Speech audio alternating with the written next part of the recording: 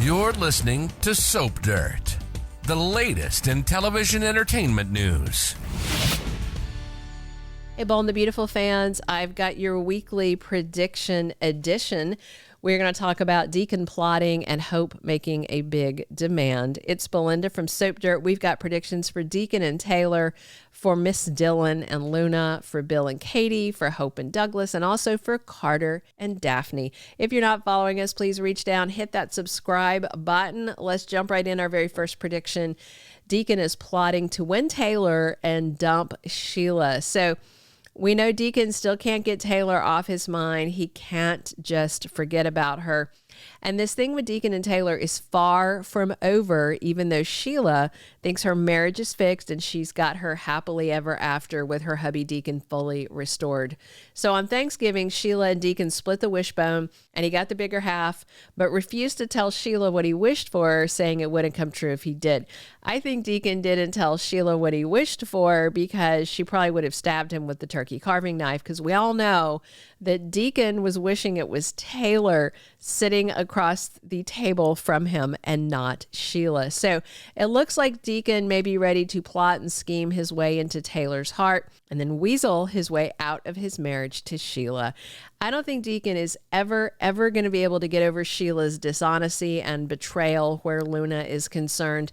Plus, we've all seen neither Deacon nor Taylor can stop thinking about each other, and it definitely looks like they're headed in the direction of romance. So I think it's going to heat up soon, and I think it'll be Deacon plotting the best way to woo and win Taylor and walk away with her and leave Sheila in his dust.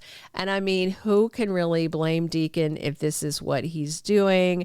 And I do think that Taylor still has that thing in her mind, oh, he's my patient, I shouldn't do this. But I think with Deacon plotting and scheming the right way and being cautious and going about this strategically, that he can, overcome that little obstacle. Our second prediction, the Miss Dylan confession is a red flag that Luna is alive. So next week, Miss Dylan shows up at Steffi's alongside Electra and Will, and Finn is really stunned when she says that she's the one who ran down Luna, and Miss Dylan tells Finn, I'm sorry, I killed your daughter. So the big question is, why are we still even talking about Luna? She was roadkill and had it coming, and then everybody had Thanksgiving, and it seemed like, okay, time to move on. That's done and over.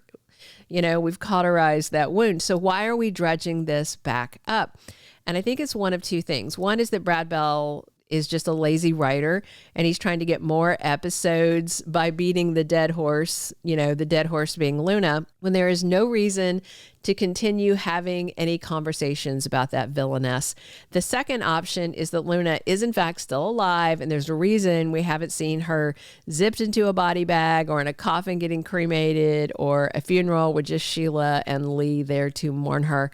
We all know Brad Bell can't think of a new plot to save his life, and recycling Luna into another fake death is exactly the kind of thing he would do. So I'm very, very worried that this Miss Dylan stuff is a red flag of more nonsense, and she's not dead. Miss Dylan called the cops and told them, and they still ruled it an accident. So I don't think she's facing any consequences other than just her own, moral qualms about confessing to Finn about killing his daughter. So there's just a big question of why are we still having this Luna conversation? Finn doesn't care really that she's dead. Nobody does except for Sheila really, and Lee a little.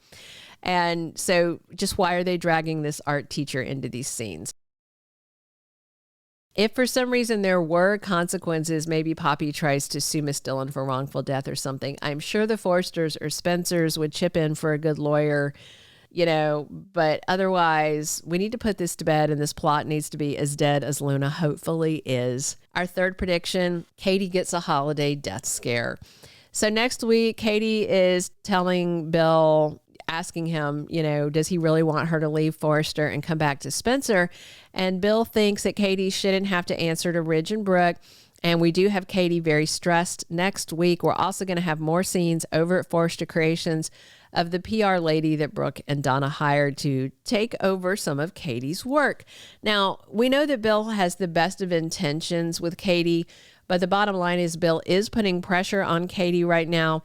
Bill and Katie decided to give their romance another shot. She's moving back in with Bill, but now he wants Katie to up and leave her job at FC and come and work with him at Spencer. I mean, it could be that the PR lady being back this week is too much for Katie. She appreciated what Brooke and Donna were trying to do, but it may start to feel like a huge overstep and her job's being taken from her. And that, and just the stress of Luna miscarrying Will's baby, even though Katie didn't want that to happen. I think she'd gotten attached to the idea of a grandchild. That's going to be a source of grief and stress. We had Eric dying at Christmas a couple of years ago, so it may be Katie's turn for life and death holiday drama since they need something big for the front burner. With everything going on, I just don't think Katie's going to be able to avoid some heart issues or complications because of her previous transplants with the heart and then the kidney and all the foreshadowing from Donna and Brooke talking about her heart. Our fourth prediction, Hope makes a demand about her wedding.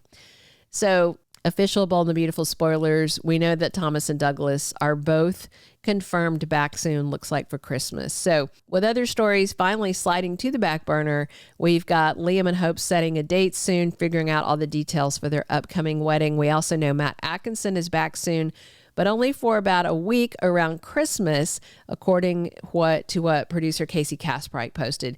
It was not a contract return for Thomas. Looks like another short-term one-off thing. And I'm sure Hope would like Douglas to be at her wedding, so she might demand her adopted son's presence at her nuptials, and that means Hope might be the reason Thomas comes back to town. Of course, we know from a backstage video posted by Catherine Kelly Lang that when Henry Joseph Samiri is back to Bold filming as Douglas, that the kid was dressed up in a suit, not usual kid attire.